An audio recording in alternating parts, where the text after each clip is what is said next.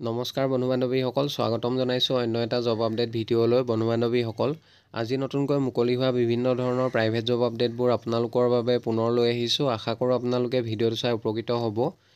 আজি প্ৰথম জবটো Assam downtown charity ট্ৰাষ্টৰ ফালৰ পৰা মুকলি হৈছে। Assam downtown charity trust recruitment for Assam downtown university. 1 number পোষ্টটো হৈছে চিকিউৰিটি গাৰ্ড।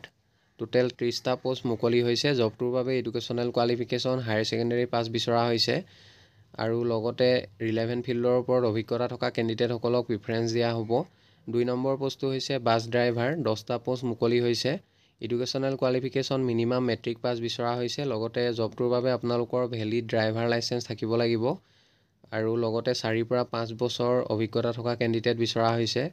3 নম্বৰ পোষ্টটো হৈছে ফ্ৰণ্ট ডেস্ক এক্সিকিউটিভ। 3টা পোষ্ট মুকলি হৈছে। এডুকেশ্যনেল কোৱালিফিকেশ্যন গ্ৰেজুৱেট বিচৰা হৈছে জবটোৰ বাবে আৰু লগতে ৰিলেটেড ফিল্ডৰ ওপৰত অভিজ্ঞতা থকা কেণ্ডিডেট বিচৰা হৈছে। 4 নম্বৰ কুকৰ 10টা পোষ্ট মুকলি হৈছে। এক্সপেৰিয়েঞ্চ জবটোৰ বাবে এক্সপেৰিয়েঞ্চ থকা কেণ্ডিডেট বিচৰা হৈছে।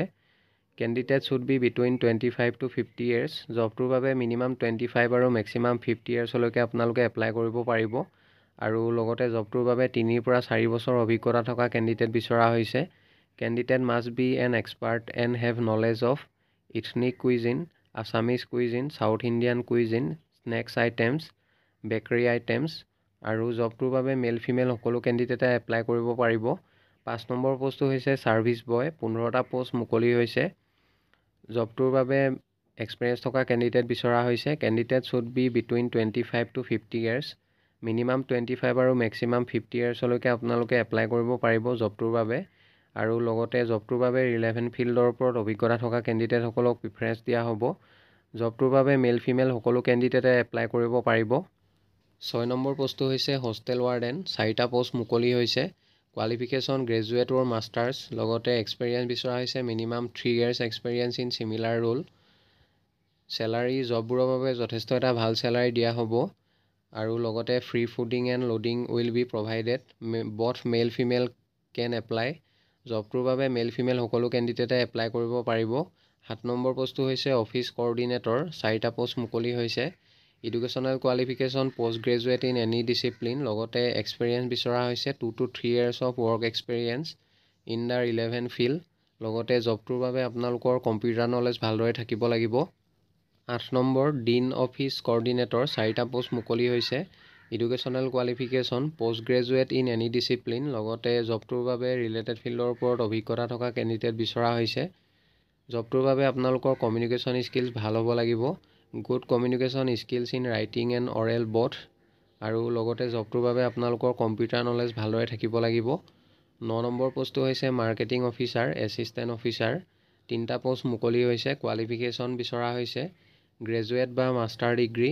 লগতে experience 2 to 3 years of work experience in admissions, branding, marketing and outreach programme, strong communication and convincing skills, ready to travel, place of posting Guwahati, Dimapur and Kohima. 10 number পোষ্টটো হৈছে ছফ্ট স্কিল ট্ৰেইনাৰ। 7টা post মুকলি হৈছে। Qualification post graduate in any discipline. লগতে PhD degree থকা কেণ্ডিডেটসকলক preference দিয়া হ'ব। এক্সপেৰিয়েঞ্চ বিচৰা হৈছে minimum 2 years of experience in relevant field. 11 number পোষ্টটো হৈছে quantitative aptitude and logical trainer. 7টা পোষ্ট মুকলি হৈছে। Qualification post graduate in any discipline. লগতে PhD ডিগ্ৰী থকা কেণ্ডিডেটসকলক প্ৰিফাৰেঞ্চ দিয়া হ'ব। Experience minimum 2 years of experience in relevant field বিচৰা হৈছে জবটোৰ বাবে। 12 নম্বৰ পোষ্টটো হৈছে ছিনিয়ৰ এছিষ্টেণ্ট প্ৰফেচাৰ। 5টা পোষ্ট মুকলি হৈছে। Qualification master in radio' imaging technology with PhD। Experience 3 to 5 years of teaching experience. 13 নম্বৰতে এছিষ্টেণ্ট প্ৰফেচাৰ। 46টা পোষ্ট মুকলি হৈছে। Subject wise number of vacancy computer technology 5টা পোষ্ট, চিভিল ইঞ্জিনিয়াৰিঙৰ 4টা, চাইক'লজি 3টা post আৰু হেল্থ কেয়াৰ মেনেজমেণ্টৰ 4টা পোষ্ট।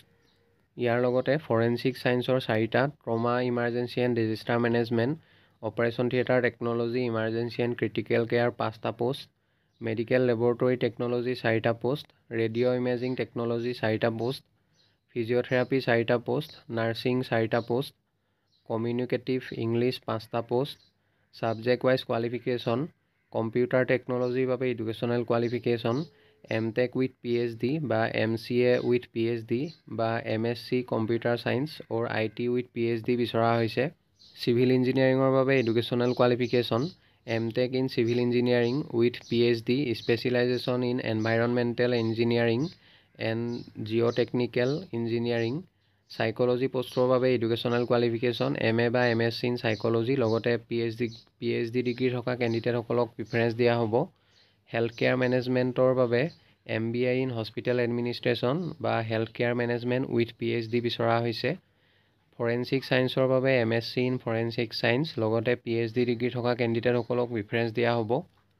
ইয়াৰ লগতে trauma emergency and disaster management operation theatre technology emergency and critical care পোষ্টৰ বাবে master in trauma emergency and disaster management বা operation theatre technology emergency and critical care লগতে PhD degree থকা candidate বিচৰা হৈছে। Medical laboratory technology পোষ্টৰ বাবে MSc in MLT বা PhD ডিগ্ৰী থকা কেণ্ডিডেট বিচৰা হৈছে। ৰেডিঅ' ইমেজিং টেকন'লজি পোষ্টৰ বাবে master in radio' imaging technology with PhD degree বিচৰা হৈছে আৰু ফিজিঅ'থেৰাপি পোষ্টৰ বাবে MPT লগতে PhD ডিগ্ৰী থকা কেণ্ডিডেট বিচৰা হৈছে। নাৰ্ছিঙৰ পোষ্টৰ বাবে এডুকেশ্যনেল কোৱালিফিকেশ্যন MSc নাৰ্ছিং লগতে PhD ডিগ্ৰী বিচৰা হৈছে। Specialization medical surgical. Communicative English পোষ্টৰ বাবে master in English with PhD experience 0 to 1 year of teaching experience. জববোৰৰ বাবে ফ্ৰেছাৰ্ছ আৰু এক্সপেৰিয়েঞ্চ সকলো কেণ্ডিডেটে আপোনালোকে এপ্লাই কৰিব পাৰিব। 14 নম্বৰ পোষ্টটো হৈছে লেকচাৰাৰ পোষ্ট 4টা মুকলি হৈছে।